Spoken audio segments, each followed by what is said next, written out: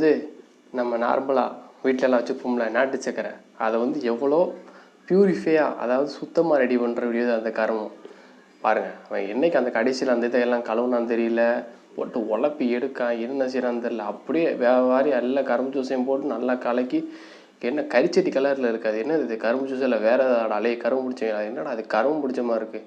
கடைசியில் எல்லாம் ஊற்றி அம்புட்டையும் போட்டு தள்ளி ரைட்டு என்ன கரும்பத்தையும் கொண்டு வந்து செஞ்சுட்டாங்க. சரி கலக்கு அம்புட்டு கலரையும் போட்டு இறக்குறாங்க. இருக்கிற கெமிக்கலை ஃபுல்லாக வந்து நாங்கள் சாக வேண்டியதை.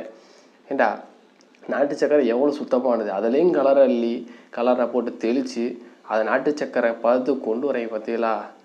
எல்லாம் என்ன சொல்ல எனக்கு புரியலை. சரி போடு அமைக்க திணிச்சு அதை வெயில் அப்படியே காய வைக்கான். அதில் எவ்வளோ தூசி போடும் என்னென்ன செய்யும் அதெல்லாம் எதுவும் கிடையாது. ரைட்டு கடைசியில் ரெடி ஆயிடுச்சு. அவனை சொல்லி நிறுத்துங்களேன்டா. அவன் நிறுத்துற அந்த லூசுக்கு மட்டும் வந்துட்டே இருக்கான்.